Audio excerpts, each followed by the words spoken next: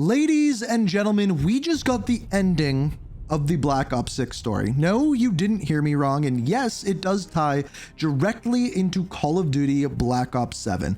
This is a weird one, and you may be having many questions, like for example, what about Season 6? Are we getting story in Season 6? And let me tell you, that would be a great question. We're gonna dive into some of those answers and explain to you what the ending of Black Ops 6 is, and directly how it ties into Black Ops 7. But first, let me show you what the trailer or cinematic actually is.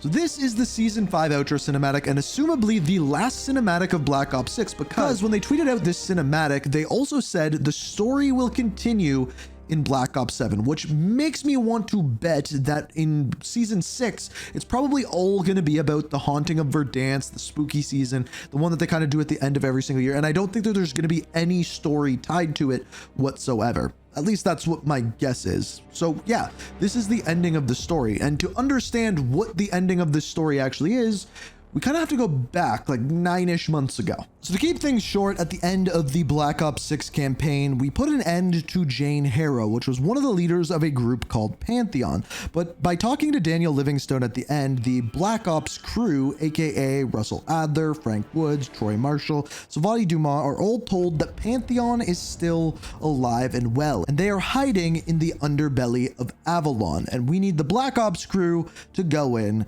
and stop them, because guess what? Some of them are even hidden within the CIA. Harrow may be gone, but not the Pantheon. I need you back in Avalon. You think you're still a threat? I do. And worse. Whatever cabal brought Harrow into the Pantheon still lives inside our house. We thought they were long gone. But it turns out they never left.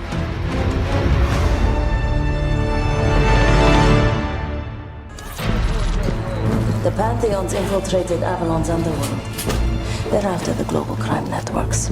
So Season 1 of Black Ops 6 began in Avalon, where most of the seasons actually took place. Now, as far as what is going on, Pantheon is trying to get involved with the global crime networks, specifically working with a group that we're going to find out called the Guild. However, we were trying to get some contacts and get some people to work with, specifically in a group called the French Syndicate, who were beefing with another group called the Lutazis. So we started sabotaging and destroying all the Lutazi stuff. So we do all of this in order to get into the good graces of the French Syndicate. However, as we find out after this time, we believe it's the Guild that puts out $1 million hit and $1 million contract on the heads of Sevati Dumas and Troy Marshall and any of the Black Ops crew. Bounty's good. The hunt begins.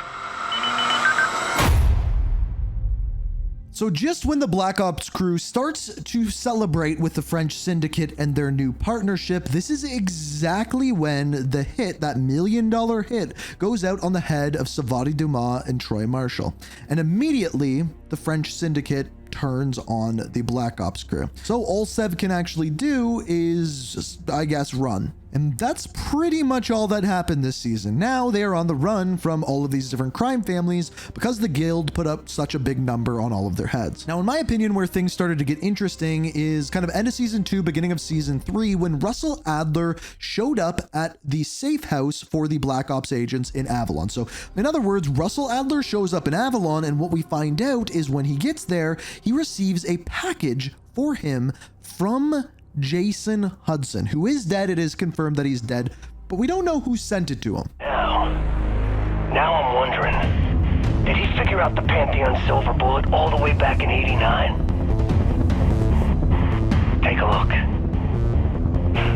That old bastard was one step ahead all along.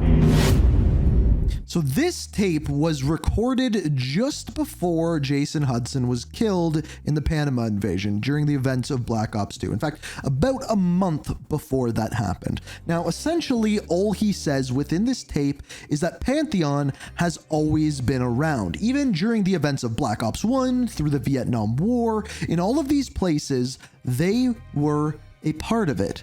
Yet they never really go anywhere with that side of the story whatsoever, because from this information that Jason Hudson had, they are able to take this information and get a bunch out of it. However, it is coded. Talk to me. What'd you find? Hudson came through from the afterlife. We got a list of every agent Pantheon's ever planted inside the CIA.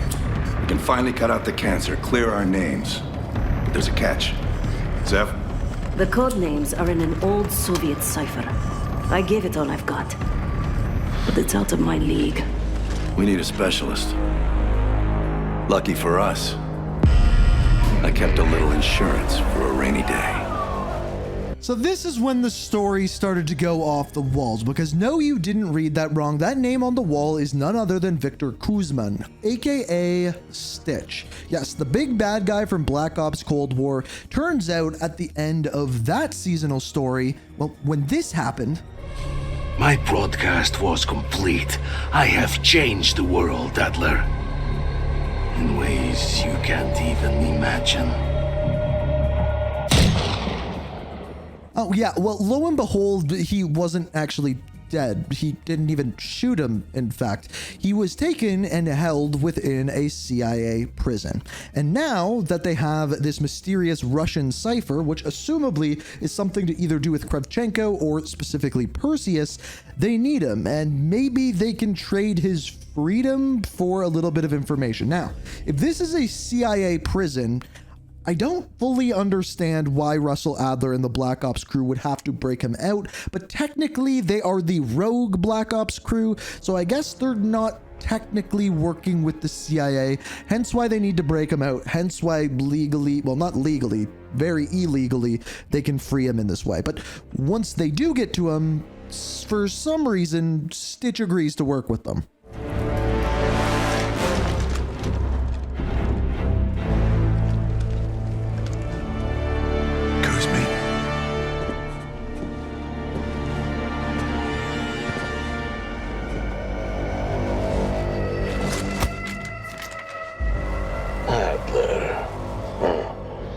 You took your time.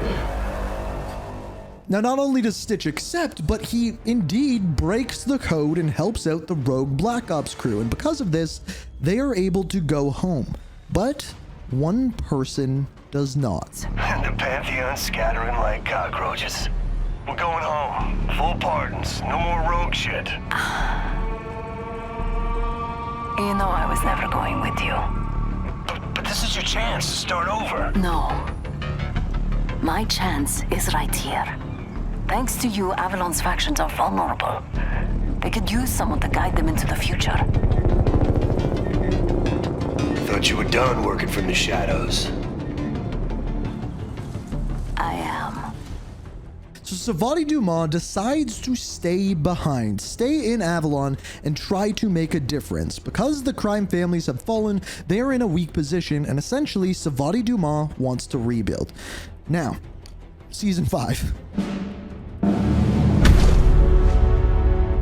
So in Season 5, our Black Ops rogue agents get reinstated. Even though Frank Woods said after all of this he would go home to David Mason, and even after all of this where Sims said he would never work with Russell Adler again, lo and behold, the military, ran by Lucas Sims here, helps out the Black Ops agents to push the final CIA moles from Pantheon out from underground.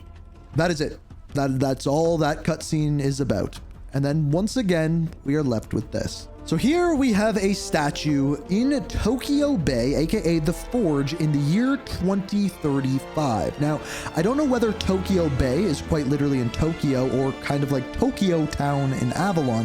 However, there is a good amount of writing in Japanese, which lends me to believe that we are indeed in Japan. But then we see a plaque for Sevati Dumas, and this pretty much says everything.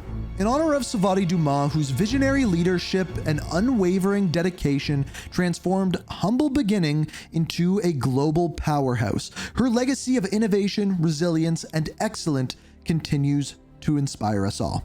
Now, I'm assuming that says the same thing in Japanese, but I can't speak that language, so if any of you do, you'll have to let me know if there's any differences down in the comments, and maybe we cover it on a future video. Now, there's a couple things I wanted to point out in this teaser. And yes, I'm calling it a teaser because it's teasing the story for Black Ops 7, not really ending the story for Black Ops 6. So the first of which is down in the bottom left-hand corner. We can see some companies. First of all, we have Phantom. Second of all, we have Signal Corp.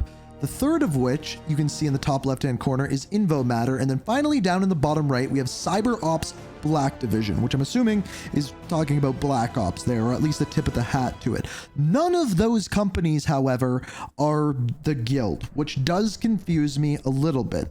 So having this statue of Sevati Dumas basically infers that when she stayed behind in Avalon, she all of a sudden went from being an assassin to becoming this visionary that founded and switched the guild from being a crime family to a multinational billion, if not trillion dollar company, which is absolutely huge. Now, how she did this, that's up in the air.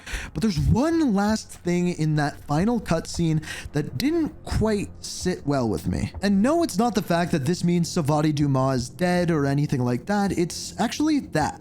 Do you see it right there? Right there, in pretty much the middle of the screen. That red butterfly. I am not sure whether or not this means this cutscene is even real or not.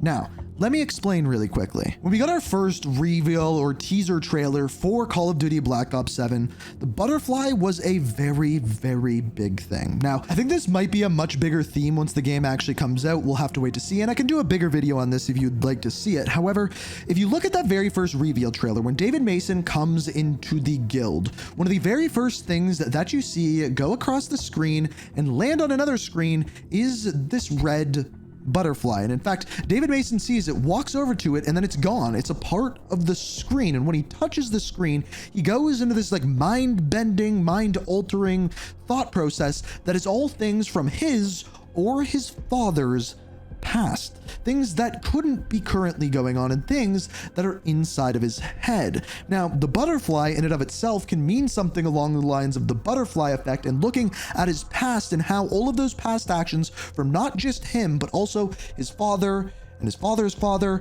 actually ended up causing him to be in the position that he's in now. This is known as the butterfly effect. And the fact that we see it within the trailer or teaser or final cutscene for Black Ops 6, the first thing we see in 2035 lends to the question, is this real, or is this just showing a connection to Black Ops 7? And that I don't have the answer to. So I just want to be very clear. This story was all over the place. A lot of it really didn't make any sense, and hopefully I was able to point out some of those things that really didn't make any sense throughout this story. But at the very beginning, we started out with a cabal of people inside the CIA known as Pantheon. Turns out they were working on with the underbelly of Avalon and the crime families there, and we went to go crack down on that. But then we cracked down on Pantheon pretty much altogether, but we needed a code breaker, specifically a Russian one, who went by the name of Stitch. Now, if you ask me why Stitch decided to work with Russell Adler, I will never have that answer for you. It makes no sense in any world whatsoever. But when we cracked down on the ending of Pantheon, well, the confusion didn't end there, because lo and behold, they finally catch the rest of Pantheon. The Black Ops crew gets reinstated, but Sevati Dumas stays behind, only to become the leader of the guild. And then to cap it all off, we end off in the year 2035, which is when the next Call of Duty game takes place. And lo and behold, the assassin who was a major part of the Black Ops 6 campaign, turns out to be a complete visionary in the field of shipping and technology. Who'd have guessed it? We are reaching for the stars, but we're making this to us.